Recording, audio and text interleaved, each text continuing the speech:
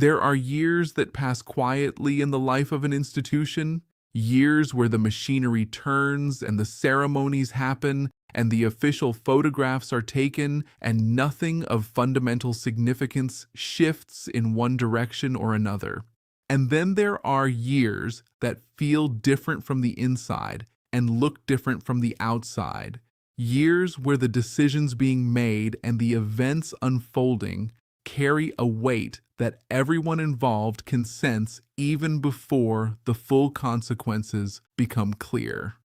The year 2026 is shaping up to be one of those years for the British royal family. Not because of any single dramatic rupture or any single moment of obvious historical significance, but because of the accumulation of things happening simultaneously, the health recoveries, and the public re-engagements and the quiet diplomatic work, and the unresolved family tensions and the broader questions about what the monarchy is becoming. All of it converging in a way that makes this particular year feel like something closer to a turning point than most years manage to be. To understand why 2026 feels different, you have to start with where the institution was coming from. The 2 years preceding it had been among the most turbulent in recent memory, not in the dramatic soap opera sense of the 90s, when the monarchy seemed to lurch from scandal to scandal, but in a quieter and in some ways more unsettling sense, the sense of an institution navigating genuine vulnerability and genuine uncertainty without the usual certainty that it knew how to find its way through. The cancer diagnoses of both King Charles and the Princess of Wales in the early months of 2024 had done something to the public conversation about the monarchy that no amount of controversy or criticism had previously managed. They had made it human. They had reminded people in the most immediate and undeniable way possible that behind the titles and the palaces and the ceremonial armor, there were individuals dealing with the same fears and the same fragilities that every family eventually encounters. And that reminder had generated something that the institution had been struggling to produce for years, a quality of genuine public warmth that went deeper than admiration for tradition or respect for constitutional function. The recovery of both the King and the Princess of Wales through the remainder of 2024 and into 2025 had been managed with a care and a deliberateness that reflected lessons learned from previous mishandlings of sensitive situations. There were no premature returns to full public duty that served the institution's image at the cost of the individual's health. There were no forced appearances designed to reassure a nervous public in ways that would have been dishonest about the reality of what was happening medically. Instead, there was a graduated return to public life, accompanied by honest communication about where things stood, and the result was that each reappearance of the Princess of Wales at a public engagement, each evidence of the King continuing to work and engage with his constitutional responsibilities, was received with a warmth and a relief that money cannot buy and that no communication strategy can manufacture. It had to be earned, and it was earned through the simple and difficult act of being honest with people about something genuinely hard. By the time 2026 arrived, both the King and the Princess of Wales were understood to be in recovery that was progressing well, though the word recovery carries its own ambiguities, and the people involved had been careful not to make promises about futures that no one can guarantee. The King had returned to a level of public engagement that, while somewhat reduced from the pre-diagnosis schedule, was substantive enough to demonstrate that he was not merely a figurehead operating in name only, but a working monarch genuinely involved in the constitutional and ceremonial functions his role requires. The Princess of Wales had, if anything, emerged from her illness with a quality of public presence that was different from what had gone before, quieter and more considered and somehow more real, the presence of someone who has looked at the possibility of her own mortality and come back from it with a different relationship to what matters and what does not. The question that 2026 has forced into sharper focus than any previous year is the question of what kind of monarchy Britain actually wants, and whether the monarchy that is currently being built, through decisions and disclosures and choices both large and small, is matching up with whatever the answer to that question turns out to be. This is not an abstract philosophical question. It has immediate practical dimensions that are playing out in real time in ways that affect real people and real institutions and real relationships between Britain and the rest of the world. One of those practical dimensions is the Commonwealth. The relationship between the British monarchy and the nations of the Commonwealth has been under negotiation, formally and informally, for several years now, and 2026 has brought that negotiation to a point of greater clarity and greater urgency than it has previously reached.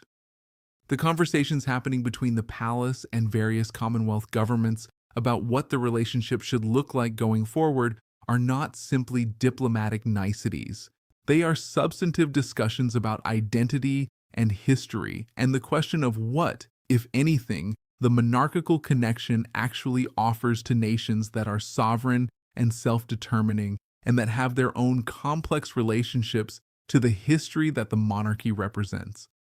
Several Caribbean nations have been the most active participants in this conversation, continuing the process that began with Barbados becoming a republic in 2021, and that has been moving at different speeds and with different levels of public debate through other nations in the region. The monarchy's approach to these conversations in 2026 has been notably different from the defensive and sometimes wounded posture that characterized earlier responses to the Republican sentiment in Commonwealth nations. There has been a greater willingness to engage with the underlying questions honestly, to acknowledge that the decision of any sovereign nation about its own constitutional arrangements is that nation's to make, and that the monarchy's role is not to lobby against those decisions, but to manage its own evolution in response to them. Whether this more gracious posture reflects a genuine philosophical shift or simply a realistic assessment of what is and is not achievable is something that observers interpret differently. But the practical effect has been to lower the temperature of conversations that had at times become quite heated. The engagement with the question of the monarchy's colonial legacy has continued in 2026 in ways that go beyond the symbolic language that attracted attention in previous years. There have been specific initiatives, specific commitments to research and to engagement with historians and communities most directly affected by various aspects of the colonial history that represent something more substantive than carefully chosen words in carefully written speeches. Whether these initiatives will ultimately amount to anything that constitutes genuine redress or genuine accountability is a question that serious people answer with genuine skepticism, and that skepticism is warranted by the history of institutions making gestures in the direction of accountability without following through on the substance. But the direction of travel is more clearly in the direction of substantive engagement than it has been at any previous point, and that matters even if the pace is frustratingly slow for those most directly affected. The domestic dimension of 2026 has been equally significant. In Britain itself, the monarchy is navigating a public environment that is more complex and more divided than the one that sustained it relatively comfortably through the long decades of the Queen's reign. Economic pressures have made questions about the cost of the monarchy more pointed and more politically salient than they have been in some time. The arguments that are made in favor of the monarchy about tourism revenue and soft power and the constitutional stability provided by a non-political head of state are still being made and still have genuine force. But they are being heard in a context where a significant portion of the public, particularly younger people, are asking whether the specific benefits attributed to the monarchy could be achieved through different and less expensive means? These are not easy questions to answer, and the monarchy's ability to make the case for its own value depends on doing things that actually demonstrate that value rather than simply asserting it. The work that William and Catherine have been doing in 2026, as they continue their gradual assumption of more significant public roles in anticipation of an eventual succession that nobody discusses explicitly, but that is implicit in every conversation about the future of the institution, reflects a clear strategic understanding of this challenge. The Earthshot Prize initiative has continued to grow and has attracted genuine international attention and genuine participation from innovators and scientists and organizations that are working on solutions to the climate crisis. The work on early childhood development that Catherine has championed has generated substantive policy engagement, not just the warm coverage of visits to nurseries and schools, but actual conversations with policymakers about what the research says and how it might inform decisions about funding and priorities. These are the kinds of outputs that make the argument for the monarchy's value in concrete rather than purely symbolic terms, and the consistency with which they are being pursued in 2026 suggests a genuine long-term commitment rather than a communication strategy looking for convenient causes. The situation with Harry and Meghan remains, in 2026, one of the most watched and most discussed dimensions of the royal family's story, and it remains genuinely unresolved in ways that defy the confident predictions that have been made repeatedly about how it would end. The predictions of permanent and total estrangement have not come true in the simple form they were offered. Neither have the predictions of easy reconciliation that surface periodically when the emotional temperature of public discussion seems to call for a more hopeful narrative. What has actually happened is something more complicated and more human than either of those clean scenarios, a situation in which contact and distance exist simultaneously, in which there are moments of apparent thaw followed by periods of renewed tension, in which the underlying issues have not been resolved but have also not been allowed to calcify into something entirely permanent. The health crises of the previous 2 years played a role in this, as health crises tend to do in families where other things have driven people apart. The king's cancer diagnosis, whatever its other consequences, created a context in which the question of family connection became more immediate and more personal than the ongoing dispute about roles and public statements and institutional grievances. Harry's response to his father's illness, the fact of his visits, and his expressed concern and his public statements of support suggested that the emotional connection to his family had not been entirely severed by everything that had happened, even if the institutional relationship remained deeply problematic. The question of whether that emotional connection can be built upon, whether it provides a foundation for something more like genuine repair, or whether it simply coexists indefinitely with the unresolved conflict, is one that 2026 has not yet answered. What 2026 has made clearer is the degree to which Harry and Meghan have established a life and an identity in the United States that is genuinely independent of whatever happens with the British royal family. The various professional ventures, the charitable work, the media projects, the public engagements that take them around the world in capacities entirely of their own choosing, all of this has given them a platform and an income and a public presence that does not depend on any reconciliation with the institution they left. This independence cuts both ways in terms of the reconciliation question. On one hand, it means that any rapprochement that does happen can happen on genuinely equal terms, without the power imbalance that would exist if Harry were in a position of financial or professional dependence on the institution. On the other hand, it means that the incentive structure that might otherwise push toward accommodation is not as strong as it might be if the estrangement carried greater practical costs.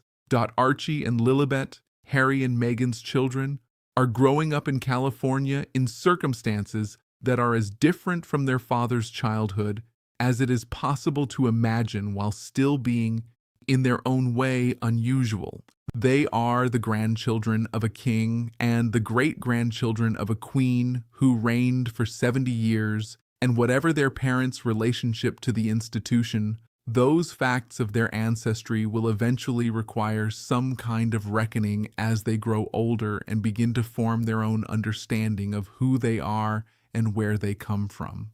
The question of what relationship these children will have to the British royal family and to Britain itself is one that will not be answered for years yet, but it is a question that 2026 has brought slightly closer to the surface. Simply by advancing the calendar, the king's own role in 2026 has been shaped by his health journey in ways that are visible even through the careful management of his public image. There is a quality to his public engagements now that is different from what it was before the diagnosis, something that reads as a greater urgency, a greater awareness that time is finite, and that the things he wants to accomplish and the mark he wants to leave on the institution need to be pursued with greater focus and less deference to the institutional inertia that can slow everything down. His environmental advocacy has continued with undiminished passion and has gained rather than lost credibility from the fact that he has been making these arguments for decades and has been vindicated by the direction of scientific consensus and public understanding. His engagement with interfaith dialogue and with questions of religious coexistence has been another area of genuine personal investment that has translated into substantive work.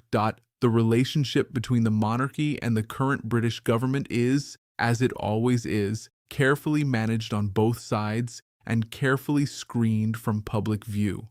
The Constitutional Convention that the monarch remains politically neutral is one of the most important and most carefully maintained of the principles that govern the institution, and there is no indication that it is being departed from in any meaningful way. But the broader political environment in Britain in 2026, with its particular combination of economic pressures and political polarization and public anxiety about the country's direction and identity, creates a context for the monarchy that is neither straightforwardly supportive nor actively hostile, but genuinely complex in ways that require careful navigation. The monarchy in 2026 is being watched in Britain and around the world with a quality of attention that is different from the attention it attracted during the years of high drama and obvious crisis.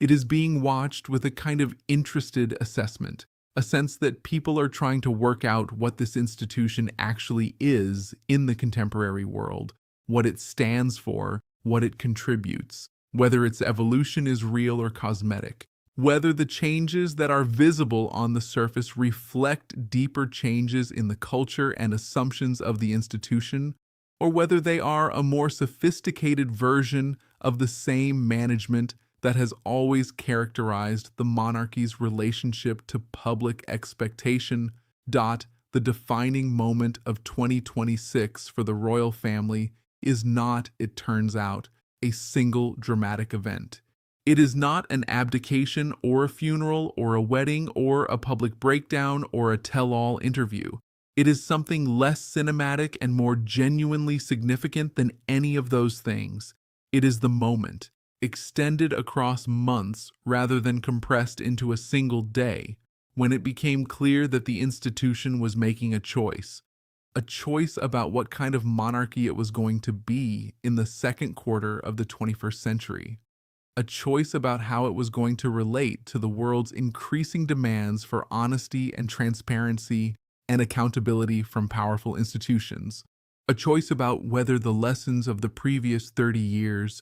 the lessons written in Diana's suffering and the public's grief, and the slow, painful education of an institution that had grown too comfortable with its own traditions, had actually been learned in any deep sense or merely absorbed as tactical knowledge about what to avoid. The evidence that the choice is being made in a genuinely different direction from the old defaults is real, even if it is not yet conclusive. The willingness to be vulnerable, demonstrated in the health disclosures and in the human quality of the communications that have accompanied the recovery, is real. The engagement with difficult historical questions, imperfect and incomplete as it is